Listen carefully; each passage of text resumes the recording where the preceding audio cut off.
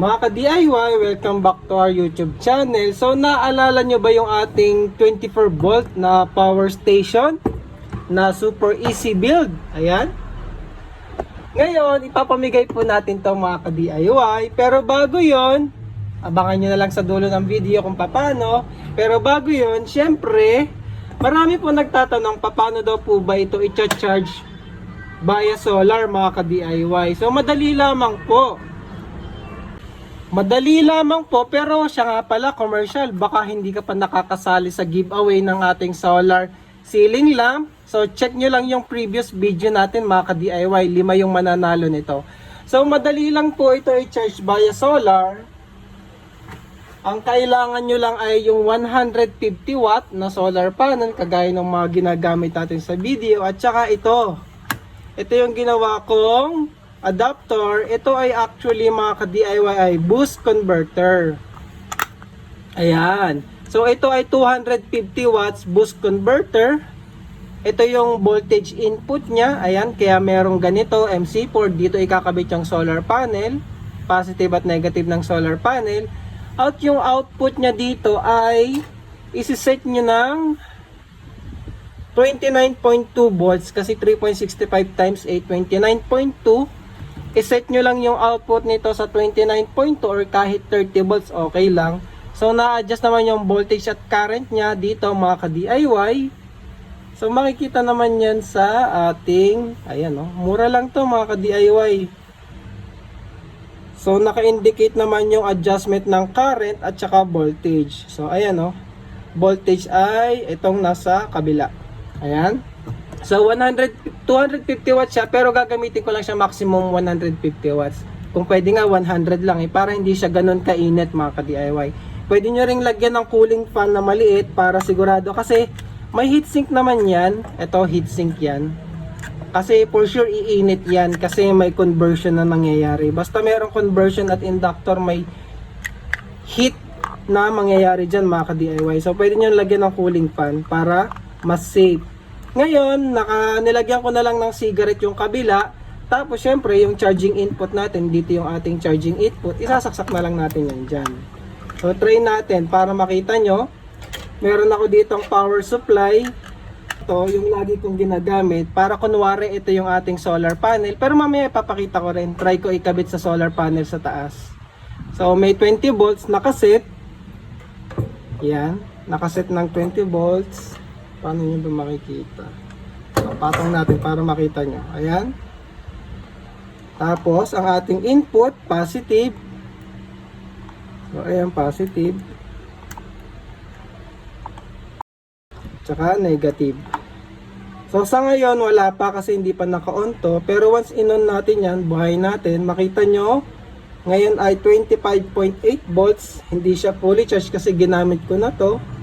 Tapos 20 volts, ayan. Pag inon nyo yan, so meron tayong halos 100 watts. Kasi yan lang yung sinet ko na current tsaka voltage. So nagcha-charge na siya gamit ang ating boost converter. Bakit boost converter? Kasi from 18 volts, usually 18 to 20 volts, yung ating solar panel na 12 volt system, kailangan nating i-boost yon up to 29 volts or 30 volts para ma-full charge natin ang ating power station. Kasi usually, kapag 12 volts power station, ang ginagamit natin, buck converter.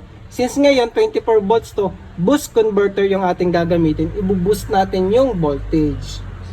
Kunwari, ito yung solar panel ha. Yan, ito solar panel natin to kunwari. So, ito mga ka-DIY, subukan natin i-charge gamit itong solar panel na to. So, ayan, nakakabit na yung solar panel sa ating boost converter. So, nakailaw na siya. Saksak natin.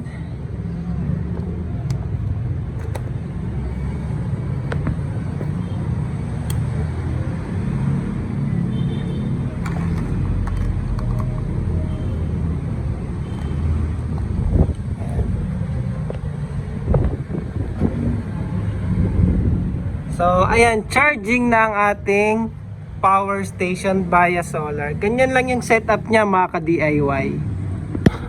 Wala nga pala kasi akong connector nung aking wattmeter mga ka-DIY, kaya hindi ko mapakita. Pero sure ako nag-charge yan kasi tumaas na yung voltage niya from 59.2, ayan 26 na siya. So nadadagdagan naman siya mga ka-DIY. So charging siya. Hindi ko lang mapakita sa inyo kung ilang watts kasi nga nawawala yung connector ng aking wattmeter eh. Hindi ko alam kung saan ko nailagay mga ka-DIY. Pero ganyan lang yung setup niyan. Solar panel, boost converter, at ayun, charging na.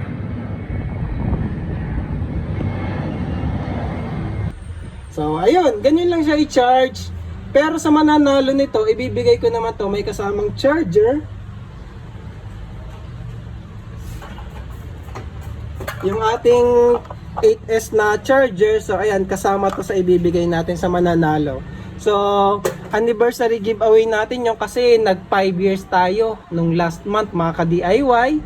At syempre yung mga solar ceiling light, per months giveaway natin. Kaso mga ka-DIY, tatawad ako.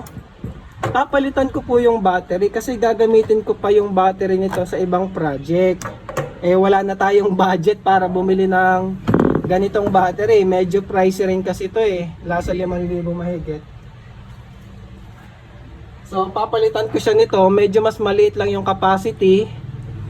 Pero at least nasa iyo na ka-DIY kung sino man yung mananalo kung gusto mong palitan at lagyan ng ganitong battery. Pero sa ngayon, kung sino man yung manalo, pasensya na po, ito lang yung ilalagay kong battery kasi ito, gagawa po ako ng 12 volt version nitong solar power station na to na merong AC inverter kasi yun yung mga request ng ating mga ka-DIY.